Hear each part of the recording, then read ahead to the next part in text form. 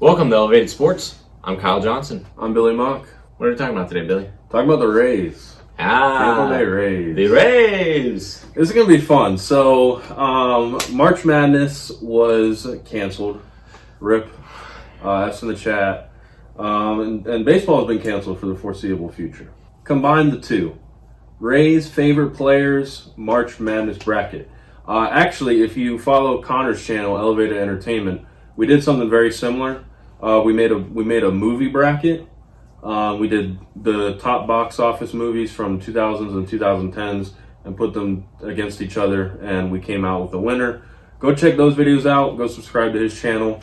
That was fun. We only did 32 for that one. I did the full March Madness bracket for this one. 64 players. Divide them into 4 brackets of 16. A lot of fun putting this together. Right. A lot of fun. Basically, I did from 2006 to 2019. 2006 was kind of when I started watching. I mean, I was very young at the time, but I still remember a lot of players from back then. And I didn't do any new players we got this year that have not played the big league season with the Rays. So, a lot of interesting matchups on this list. And I did the bracket myself yesterday, went through the whole thing. A lot of fun, but very difficult. So, we're going to divide this into 2 videos because it's a lot. We're going to try to roll through it quickly. So, let's jump right into this. All right. For our first bracket, the Carl Crawford bracket. Okay. He's the number 1 seed in this bracket. First matchup, and the funny thing about every single one of these players is when I was going through the list of rosters, you just remember something specific about each of these players, like 1 through 64. You remember something about all of them. So the first matchup, Carl Crawford versus Jose Lobaton. Do you remember Lobaton? I remember the name. I don't remember too much about him. I had to put him in there because of the walk-off in 2013 in the DS versus Boston. I had to throw him in there. He's a 16 seed versus Carl Crawford, number 1. I assume we'd throw Carl Crawford. Yeah, Carl Crawford moves on. All right, next one we have Johnny Gomes versus Willie Adames. Ooh, that was a tough one. So this is based on favorites, right? Favorites, yeah, not best, this is favorites. My favorite player is Willie. I like Willie. Okay. I like Walk-Off Willie. The legend of Walk-Off Willie shall live forever. For sure. I went Willie as well. Johnny Gomes was a lot of fun. Never was really that great. He was a Rays favorite, but I think we definitely have a, franchise guy with Willie for sure. Next matchup, Jason Bartlett versus Malik Smith. You remember Malik, right? Kind of. A little bit. He was 2017-18. So I remember Jason Bartlett. That was when I first started watching the Rays. He was a shortstop. Yep. I have fond memories of Jason Bartlett. He's from the 2008 team, and here's the thing. With any 2008 player, they already have a 1-up against whoever they're against, because that was the best team of all time. So we're going Jason Bartlett there. Next one, Ben Zobrist versus Carlos Gomez. I think we definitely go Zobrist. Yeah, we have to go Ben Zobrist on that. Here we go. Wilson Ramos versus Andy Sonnenstein. 2 versus 15. Here's the thing. Sonnenstein, the pitcher, right? Yeah. I think I have to give it to Sonnenstein. You want to give it to Sonnenstein? I think so. I think I got our first upset, right? Or was Willie an upset? Willie was 9 versus 8. No, not too much of an upset. Not too much. I have Sonnenstein here. I have fond memories of Andy Sonnenstein. I do too. When I first made this bracket, I went Ramos because he was an all-star with us. Didn't play for very long with us, though. Right. Sonnenstein, 2008 team. The nostalgia is there with Sonnenstein. Let's go with the upset. Andy Sonnenstein, 15, beating the number 2 seed. What do we got next? Jake McGee versus Sam Fold. Oh, Superman Sam. Superman Sam? You want to go with Sam Fold? Yeah. All right, let's go. I gotta go Superman. He was a lot of fun. Jake McGee, very consistent guy. Came out of the bullpen for 5 or 6 years, maybe. Sam Fold. He was just Sam Fold. He just flying across the field, making ridiculous catches. It was fun. Next one, we have Corey Dickerson versus Joaquin Benoit. Dickerson, he was an all-star with us in 17, I think. The thing about Benoit is I remember him from the 2010 to 13 years. Here's the thing. He was he was our setup guy. That 2017 era around there was the dark ages of baseball for me. It was. So I don't really remember Corey Dickerson too much. I do remember the name Joaquin Benoit. I like Benoit. I'll go with Benoit just because I remember the name. I'm familiar with the name. But I don't see him making it past the second round for me. Okay. Unless this next part of the bracket gets even crazier. Our next matchup, Jeremy Hellickson versus Casey Kochman.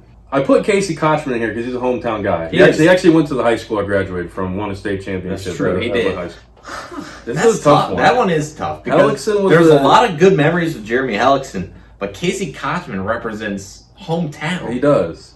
I'd go either way. I'm gonna put this one on you. Oh no. Let's go with Casey Kochman. That's fun. It's March Madness. We gotta go with the upsets. Yeah. Hometown represent. I think he won played 2 seasons with us. All right, next bracket we have the Scott Kazmir bracket. Okay. First matchup: Scott Kazmir versus Willie Ibar. Willie Ibar was a good guy. Willie Ibar was good. Remember, he didn't speak much English. He did not at all. But Scott Kazmir was dominant. Yeah, he was dominant. Next matchup: James Shields versus Tim Beckham. James Shields. I put Tim Beckham in here because he was so interesting with the Rays. He was our number 1 overall pick in like 2007. Then he didn't even hit the big leagues with us until like 2016 because he had like so many like off the field problems. You immediately think you already know who he is when you say the name. But Big Game James, that was his nickname. The Complete Game James. Yeah. Next matchup. G-Man Choi versus Jorge Cantu. You may not remember Jorge Cantu. I remember Jorge Cantu a little bit, but I mostly remember him with the Marlins. He did play for the Marlins after the Rays. He did. Unfortunately, he was a victim of the process. Kind of how the Philadelphia Sixers have trust the process, and all the guys that were part of the process before the Sixers actually got good, and they were the victims of the process. Cantu was a victim of the process. He was a good Devil Rays guy, but didn't get to see the good days of the Rays. G-Man Choi. He is the face of this channel, so we have to go with G-Man. Next, we have 2 relievers. Rafael Soriano versus Grant Balfour. Soriano. I know you're against Grant Balfour. I actually loved him, though. So I have fond memories of Grant Balfour, but most of the time, when I think of Balfour, that's exactly what you got. It's true. You got Balfour. It's true. So, he was so much fun. I love Balfour. He was on the 2018. Let's go rock, paper, scissors for it. All right. So you're I'm going for Balfour. You're going for Balfour. Soriano. Best 2 out of 3? 2 out of, yeah. Only way to settle this like men. Okay. All right. Uh-oh. Dang it. All right, Soriano. Hey, I'll take it. The bad news is I was starting to lean towards you. You started to convince me, but we're going with Soriano. All right. Next, we have Alex Cobb versus Wade Davis. He was Remember Wade Davis? He was a starter and ended up in the bullpen, but he was actually the same era as Alex Cobb. Alex Cobb was good for a little bit. He was. Give me Wade Davis. Wade Davis? All right. Yeah. I liked Cobb, but he was never great. Next matchup, Matt Moore versus Joel Peralta. Matt Moore was kind of the greatest thing that never was, because he was like a number 1 prospect guy for a long time, and then just ended up being kind of injury plagued for the time he was with the Rays. Peralta was fun, pretty good, pretty consistent reliever. Personally, I like Matt Moore better. I think I like Matt Moore better. Okay. All right, next matchup. This is an interesting matchup right here. Dan Johnson versus Jose Molina. Legend of Dan Johnson lives on. I think I have to go Dan Johnson. Not only does his legend lives on, but listen to that last name. It just has a ring to it. Johnson. All right, here's the next one. Brandon Lau versus Casey Fossum. You remember Casey Fossum? I do not remember Casey Fossum. He played in 2006, 2007. Threw an ephus. You know what an ephus is? 47-mile-per-hour ephus. That's the reason I put him in here, because he was like one of the few guys I remember from that team. But I think it's safe to say we go Brandon. Yeah. So we move on to the Austin Meadows bracket. All right. Austin Meadows, and then the only player... We met him. We met him, and he's the only player that did not play from 2006 to 19. He played in 2004, but I threw him on here because we met him at Rays Fan Fest. Doug Wechter. Meadows. Yeah, Meadows. I wanted to give the nod to Wechter, just because we met him. All right, Akinori Iwamura versus Steven Souza Jr. It's a tough one. That's an underrated matchup right there. Because Aki, he was part of that World Series team. Aki was the guy. I don't know. I was never huge on Aki, but I guess I was never huge on Souza Jr. either. So, all right, we'll go Aki. Aki. All right, Akinori Iwamura moves on. Oh, this was a really underrated. This next matchup really underrated in my opinion. Tyler Glasnow versus Edwin Jackson. There's definitely going to be a recency bias on this. Yes. There's also a nostalgic bias there. He was on the 2008 team. Edwin Jackson, I think he has broken the record for most teams played with in a career. But he started with the Devil Rays. And I specifically remember a very strange memory of Edwin Jackson. Me and my dad and my brother went to a game in like 2007 or something like that. Edwin Jackson was pitching terribly, right? And I think it's like Tyler Glasnow? I don't think Tyler Glasnow was born at this point. Some dude hits the ball over Carl Crawford's head in left field. Carl Crawford gets the ball and just like slings it to home plate, and Edwin Jackson is backing up the catcher. And I guess he wasn't paying attention, but the ball hit him straight in the jaw, and he got back up to pitch and was lights out the rest of the game. Carl Crawford knocked some sense into that boy. Me and my dad kept joking for the whole time he played for the Rays. We always joked about that. That's like my fondest memory of Edwin Jackson.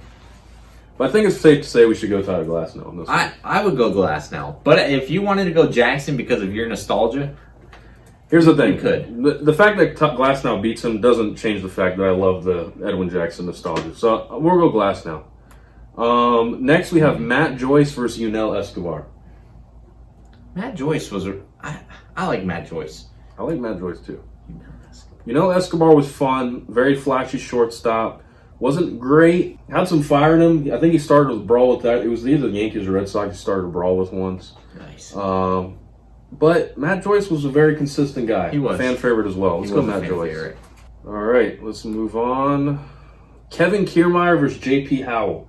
J.P. Howell. Haven't heard that name in a long time. It has been a while.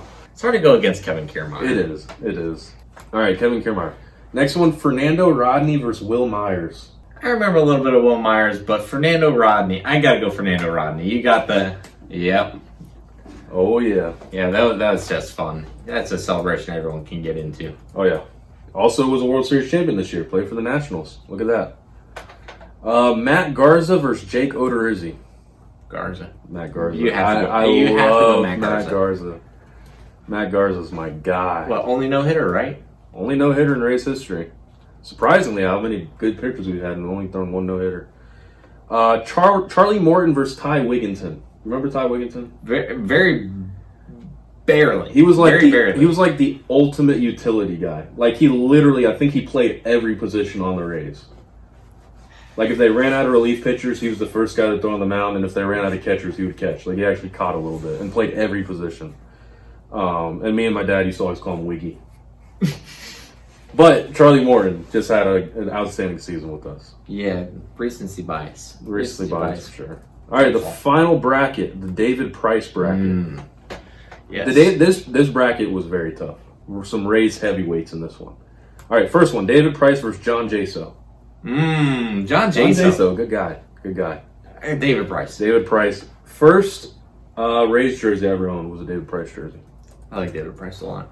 Oh, yeah. This is a Dodger now. Yeah. Look at that. Life comes at you fast. Two outfielders that we... Oh, boy. Oh, BJ Upton versus Tommy Pham. Oof. I like BJ Upton better. I do, too. I like BJ Upton better. Tommy Man Pham, Jr. Bossman Jr., Melvin. Oh, my gosh. The nostalgia. Next, we have Deoner Navarro versus Yandy Diaz. I never liked Deoner Navarro. You didn't like I did not like Navarro. I love Mr. Biceps. Mr. Biceps. Yandy Diaz, a.k.a. Mr. Biceps. I love him. I wish he would stop being injured because I want to see him play a full season. I like Yandy. I like Yandy, too. Let's go Yandy. Navarro was kind of like a neutral guy for me. I was never, huge fan. Never didn't like him, so... Evan Longoria versus Logan Forsythe. Longoria? Why are we having this conversation? He was the only person that I definitely misseeded. He's 4th seed. But that was because of how my seeding work process went. He ended up at the 4th seed. Okay, two outfielders can go either way. Desmond Jennings and Rocco Baldelli. Oh. Ooh. I love Rocco Baldelli. You like Rocco Baldelli? I love Rocco. Desmond Jennings, solid guy for us. Baldelli, Let's go Rocco. I like Rocco better. All right, next one. Chris Archer versus Sean Rodriguez. I think in the long run, Chris Archer did more for us by He did. leaving. Bringing us Meadows and Glass. Thank you. Sean Rod. I personally would go Rodriguez. Let's go with the upset, Rodriguez. All right, next one was a very tough one in my opinion. Carlos Pena versus Delman Young. I love Carlos Pena. Carlos Pena. Carlos Pena! I love Delman Young, and I think most of these matchups, whoever Delman Young went against, I may have given him the win, but just because of Carlos Pena. Sorry, Delman Young. You got handed the short straw here. And final matchup of the whole entire tournament. Blake Snell versus Dan Wheeler. Setup man from 2008. I do remember Dan Wheeler. I Yeah. have fond memories of Dan Wheeler. Wasn't he submarine? No, that was Chad Bradford. Was he sidearmed? I thought Dan He may have been sidearm. I can't remember. But I know Chad Bradford was. But I know that Dan Wheeler was a setup guy. I want to go with Dan Wheeler. You want to go over Blake Snell? I want to go Dan Over Wheeler. Blake Snell? I want to go Dan Wheeler over Blake Snell. Oh no. Do you not want to do that? Do we have to settle this one with rock, paper, scissors? Blake Snell is one Here's of the thing. I'm about to look up a video of Dan Wheeler. If he did not pitch sidearm, we can choose Blake Snell freely. Video. That's definitely him. I actually remember him throwing like that. That was not sidearm. It was not. Blake Snell, you are the winner. All right, so we have our round of 32 set up. All right. Yeah. So here we go. Here we go.